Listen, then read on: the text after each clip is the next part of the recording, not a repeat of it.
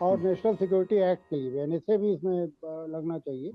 लेकिन दिक्कत ये है कि देखिए ओवैसी, आपने जो प्रस्तावना में कहा, सही बात है कि रेडिकलाइजेशन बढ़ रहा है समाज में। ओवैसी साहब खुद रेडिकलाइजेशन बढ़ाने में मददगार हो रहे हैं। लेकिन ये जो समाज का रेडिकलाइजेशन बढ़ रहा है, इसका फायदा उत्तर प्रदेश में तो जो सत्ता में पार्टी है उसको भी मिल रहा है, बल्कि उसकी अपनी दिलचस्पी इसमें है कि रेडिकलाइजेशन बढ़े। ये बहुत मुश्किल से रुका हुआ है कि अभी तक ये जो चुनाव है वो हिंदू मुसलमान में नहीं बट पा रहा। लेकिन अगर इस तरह घटनाएं होंगी, जैसे ओवैसी के ऊपर हमला हुआ है, तो जाहिर है कि ओवैसी का संवैधानिक अधिकार है, वो एक पार्टी के नेता है, उनकी पार्टी के लोग लड़ रहे हैं, उन्हें जाना चाहिए। लेकिन ये भी सही है कि उनकी वहां पर भूमिका भी बहुत संदेह से परे नहीं नजर आ रही। मतलब उनकी इस इलेक्शन में उपस्थिति कोई फर्क नहीं डालने जा रही, सिवाय इसके कि वो कुछ वोट काटेंगे, कुछ पार्टियों के वोट काटेंगे जो सत्ता पार्टी के पक्ष में जाएगा। तो इसलिए मुझे तो ऐसा लग रहा है कि पूरी की पूरी घटना, हालांकि ये जांच का विषय है और इस पे बहुत सरलीकृत बयान नहीं दिया जाना चाहिए, लेकिन ये सब कुछ संदिग्ध है और इसके सख्ती के साथ जांच होनी चाहिए, ईमानदारी के साथ जांच होनी चाहिए।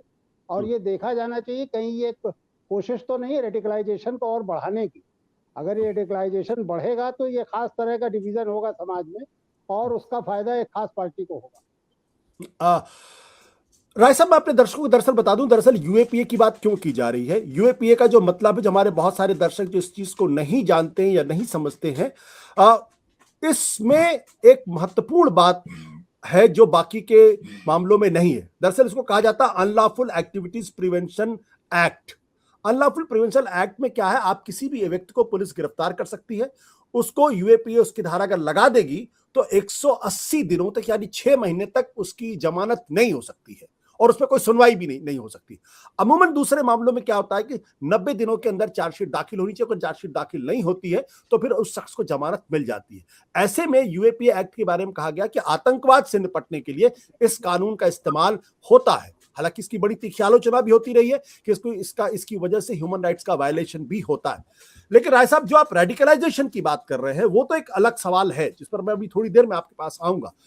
मेरा सवाल इस बात को लेकर यह है कि जिस उत्तर प्रदेश के अंदर मामूली चीजों पे यूएपीए लग जाता है, अभी इसी इलाके के अंदर आपने देखा सिद्दीक कप्पन के खिलाफ पिछले 1 साल से उनकी जमानत नहीं मिल पा रही है, सेडिशन के चार्जेस लग जाते हैं, अगर कोई आदमी फेसबुक पे कुछ लिख दे तो उसके खिलाफ देशद्रोह का मुकदमा दर्ज हो जाता है। यहां 2 शख्स एक मेंबर ऑफ पार्लियामेंट के ऊपर खुलेआम गोली चलाते हैं और वहां यूएपीए नहीं लगता है। क्या आपको लगता है कि उत्तर प्रदेश की पुलिस कहीं मतभेद कर रही है या भेद कर रही है, या जो धारा लगानी चाहिए वो धारा नहीं लगा रही? अगर नहीं लगा रही तो क्यों नहीं लगा रही, आपकी समझ में क्या आता है? देखिए, मुझे, हालांकि आप भी साहब यहाँ वकील हैं, बैठे, वो ज्यादा बेहतर बता पाएंगे। मुझे तो लगता है कि यूओपीए से ज्यादा ये नेशनल सिक्योरिटी एक्ट का मसला है, जिसमें आराम से 1 साल तक सरकार उसे निरुद्ध रखकर उसे डिटेन कर सकती है, उन दोनों को डिटेंशन में रख सकती है। और ये पब्लिक ऑर्डर को एक तरह से डिस्टर्ब करने का बड़ा सीधा प्रयास है। यूएपीए में तो कुछ पेचीदगी भी हो सकती है, उसको साबित करना है। हालांकि उसमें जैसे आपने कहा कि 6 महीने तक तो जमानत ही नहीं होगी जब तक कि अदालत ये ना कह दे कि प्राइमा फेसी केस नहीं बन रहा। लेकिन ज्यादा मुझे लगता है कि ये पुख्ता मामला है एनएसए के लिए, इनके ऊपर एनएसए लगाया जाना चाहिए। और सबसे बड़ी चीज ये है कि जैसे मैंने शुरू में निवेदन किया कि रेडिकलाइजेशन को रोका जाना चाहिए, लेकिन जाहिर है कि पुलिस भी जो सरकार की मंशा होगी उसी के हिसाब से काम कर रही होगी। तो मुझे नहीं लगता कि रेडिकलाइजेशन को रोके जाने में बहुत सारे लोगों की इस तरह की कोई उनकी इच्छा है या उनकी दिलचस्पी है, बल्कि रेडिकलाइजेशन बढ़े तो इसमें ज्यादा दिलचस्पी हो सकती है। तो लिहाजा पुलिस तो इसी तरह से कार्रवाई कर रही है। सत्य हिंदी का ऐप डाउनलोड करें गूगल प्ले स्टोर पर।